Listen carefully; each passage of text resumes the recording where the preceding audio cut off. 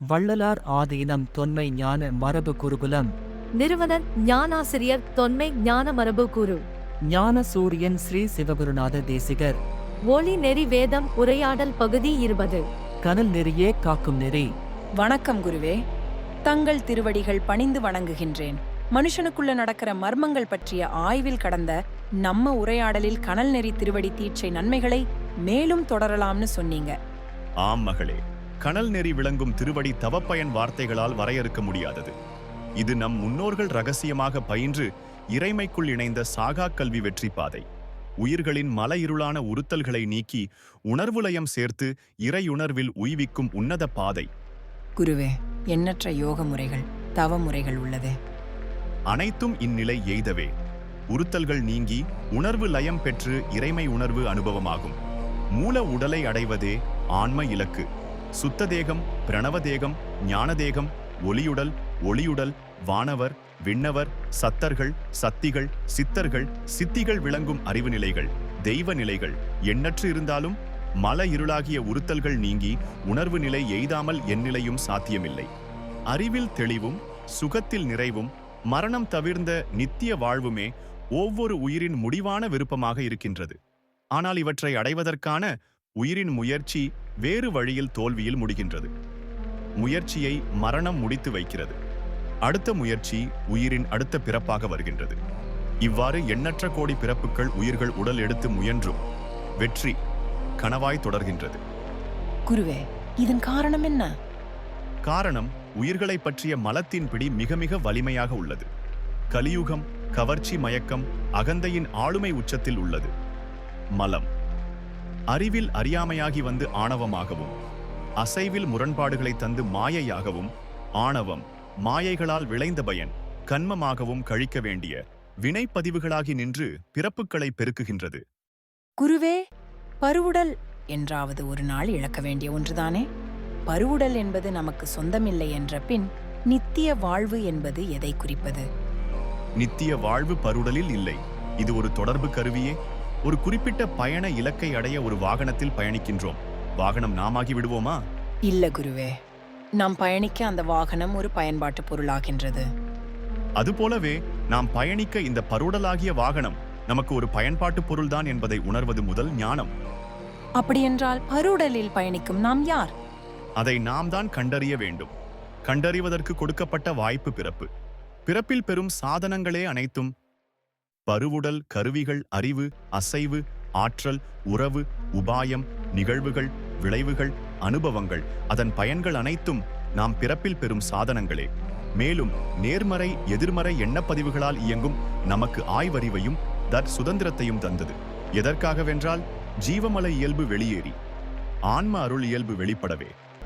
ஆன்ம அருள் இயல்பு வெளிப்பாட்டில்தான் நமக்கான அனைத்தையும் அடைய முடியும். உண்மைதான் குருவே. ஆனால் நம்மால் நம்மை கண்டறிய இயலவில்லையே. நமக்குள் நாம் எதுவாக இருக்கின்றோம் என்பது தெரியவில்லை. ஆனால் எதுவாகவோ ஒன்று வாழ்கின்றோம். நம்மை இயக்குவது ஒன்று எதுவென்று அறியாமல் இயங்குகின்றோம். இயக்க ஒழுங்கில் இயங்காமல் போகின்றோம். இவைகளை துன்பம், துயரம் வரும்போதுதான் நமக்குள் 1000 கேள்விகளாக அறிகின்றோம். அதற்குள் மனித வாழ்க்கை முடிந்து விடுகின்றது. அடுத்த பிறப்பு சங்கிலி தொடர்வதற்கு காத்திருப்பு பட்டியல் நீளுகின்றது. சரிதான் மகளே.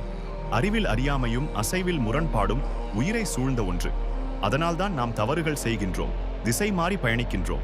இது உயிர்களின் மல இயல்பாக உள்ளது. ஆனால் நம் தவறுகளை உணர்ந்து திருந்தி சரியான இலக்கை அடைய முயல்வதில்லை. இங்குதான் மனிதன் உண்மையிலேயே தவறு செய்கின்றான்.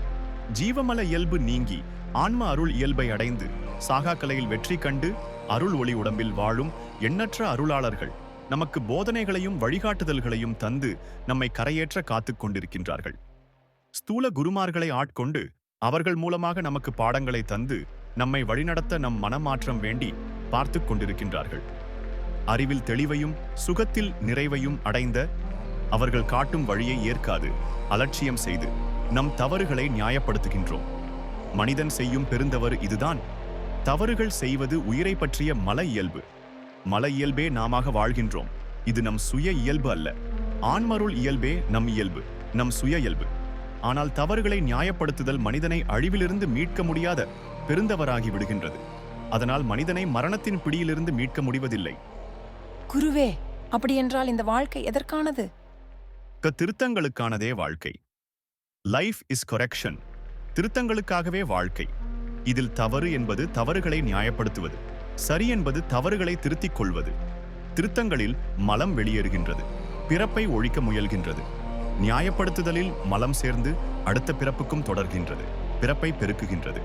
குருவே, அறிவில் அறியாமை நீங்கி தெளிவு ஏற்படும் போதும், அசைவில் முரண்பாடு நீங்கி ஒழுங்கு ஏற்படும் போதும் தான் நம் சுய இயல்பாகிய ஆன்ம அருள் இயல்பில் நாம் இருப்போமா?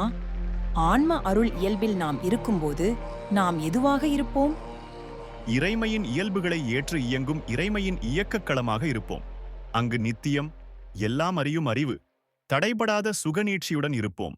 அமைதி, ஆனந்தம், விழிப்புணர்வு நம் சொந்தமாகி இருக்கும்.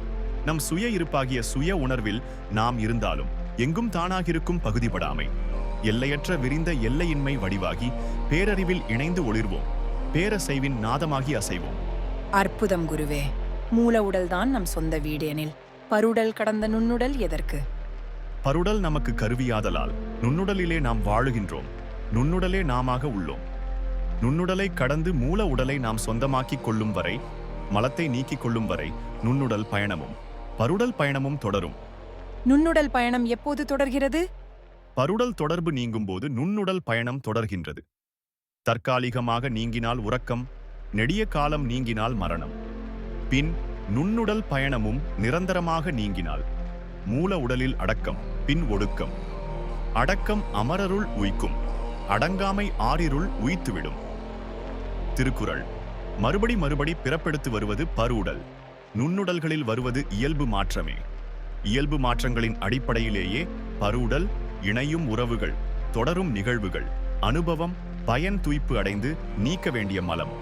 மரணத்தில் பருவுடலில் நீங்கிய நுண்ணுடல் பதிவுகள் இறைமையின் ஆளுமையின் கீழ் இயல்பு மாற்றம் வேண்டி முடிந்தவரை கரைக்கப்பட்டு மாற்றம் பெற்று அடுத்த பிறப்பில் மீண்டும் பருடலுடன் இணைகின்றது, இணைந்து இயங்குகின்றது. மலநீக்க முயற்சி தொடர்கின்றது, இயல்பு மாற்றத்திற்காக முயல்கின்றது. குருவே, அமரருள் உய்க்க ஆக வேண்டியது என்ன? அறிவில் தெளிவை தரும் ஒளிநெறிவேதம், உண்மைகள் திருவடிஞானம் பயின்று தெளிந்து பக்குவம் முதிர்ந்தால் அறிவில் அறியாமை நீங்கும். ஆணவ மலம் கரையும். குறுமுகமாக பெறும் தெய்வக்கணல் பெருக்கி இயக்க ஒழுங்கில் இயங்கி பக்குவம் தொடர்ந்து கனல் நெறித்தவம் முதிர்ந்தால் அசைவில் மாயை விலகும், சுகநீட்சி நிலைக்கும். எனவே கனல் நெறித்தவமே நம்மை காக்கும் நெறி. குருவே, திருவடி தீட்சையில் பெரும் கனல் நம் பிறவி பயனா? திருவடி ஞான தீட்சையில் பெரும் கனல் என்பது எத்தனையோ பிறவிகள் தேடிக்கொண்டிருக்கும் ஒரு உயரிய பொருள். இது எல்லோருக்கும் கிடைத்து விடாது. கிடைத்தவர்கள் அனைவரும் இதை பயின்று இலக்கை அடைவார்கள் என்று சொல்லிவிடவும் முடியாது. இப்பொருளை விரயம் செய்பவர்களுக்கு கொடுத்துவிடவும் கூடாது. அதுவே உயரிய இப்பொருளுக்கு நாம் தரும் உயரிய மதிப்பு. தகுதி உடையோருக்கு கொடுக்காமல் இருந்துவிடவும் கூடாது. இது விருட்சத்தை விளைவிக்கின்ற விதை. எல்லோருக்கும் கொடுத்துவிட்டு செல்ல வேண்டும் என்பது விருப்பமாக இருந்தாலும் இதை எல்லோராலும் விளைவித்துவிட முடியாது என்பது அனுபவ அறிவாக உள்ளது. விளைவித்துவிட எல்லோரையும் தகுதிப்படுத்துவதுதான் சில பக்குவ முதிர்வு பயிற்சி முறைகள். கனல் நமக்குள் பிறப்பு தொடங்கி மரணம் வரை இருக்கின்றது. பிறப்பு என்பது எப்போது? அது தாய் வயிற்றுக்குள் இருக்கும்போது தொடங்கி விடுகின்றது. நாதவிந்து கலவையால் கரு உருவாகி எப்போது அசைய தொடங்கியதோ அப்போதிலிருந்தே கனல் இருக்கின்றது, ஏற்றி வைக்கப்பட்டுள்ளது. இன்னும் விரிவாக சொல்வதென்றால் நாதவிந்து கலவையே கனல்தான். நாதத்தில் உள்ள கனல் அசைவுத்தன்மை அதிகம் பெற்றது, அதில் ஒளிரும் தன்மை குறைவு. விந்துவில் உள்ள கனல் ஒளிரும் தன்மை அதிகம் பெற்றது, அதில் அசைவுத்தன்மை குறைவு. இந்த அறிவும் அசைவும் ஒன்றுபட வேண்டும், அதாவது சமநிலைப்பட வேண்டும். இந்த சமநிலையில தான் இயக்க ஒழுங்கு வருகின்றது, வளர்ச்சி வருகின்றது, வளர்ச்சியில் பிண்டம் உருவாகின்றது. குருவே, விந்துவும் நாதமும் தனியாக இருக்கும்போது அறிவும் அசைவும் சமன்படுவதில்லையா? விந்துவும் நாதமும் தனியாக இருக்கும் பொழுது சமநிலைப்படுவதற்கான வாய்ப்பு இல்லை. அது மலமாகவே வெளியேறுகின்றது. இரண்டும் சந்திக்கும் ஒரு களத்தை இறைவன் உருவாக்கி கொடுக்கின்றார். அதுதான் கருவறை. கருன்றால் மூலம். கோவிலின் பல இடங்களில் அறைகள் இருக்கும். ஒவ்வொரு அறையிலும் ஒவ்வொரு சாமி இருக்கும். இருந்தாலும் ஆலய மூலவ மூர்த்தி உள்ள மூல அறையை தான் நாம் கருவறை என்று சொல்லுகின்றோம். மற்ற அறைகளில் இருக்கும் எல்லா சாமிக்கும் அதுவே கருவறை. மனித உடலுக்கான பிண்டத்தில் பல்வேறு அவயங்கள் உருவாகப் போகின்றன. உருவாக இருக்கும் அந்த அவயங்கள் தான் கோவிலில் உள்ள சாமியை போன்ற தனித்தனி அறைகள். கோவில் தனித்தனி அறைகளில் உள்ள தனித்தனி தெய்வத்தை போன்று மனித உடல் அவயங்களிலும் தனித்தனி தெய்வங்கள் பல உண்டு. அதாவது காது ஒரு அறை, அங்கு இருப்பது கேட்கும் தெய்வம். நாக்கு ஒரு அறை, அங்கு சுவைக்கும் தெய்வம். கண் ஒரு அறை, அங்கு பார்க்கும் தெய்வம். இவ்வாறு தெய்வங்கள் குடிகொள்ளும் இந்த உடம்பு ஒரு ஆலயமாக உள்ளது. உடல் என்னும் இவ்வாலயத்தில் இருக்கும் கருவறை தான் சிரநடு.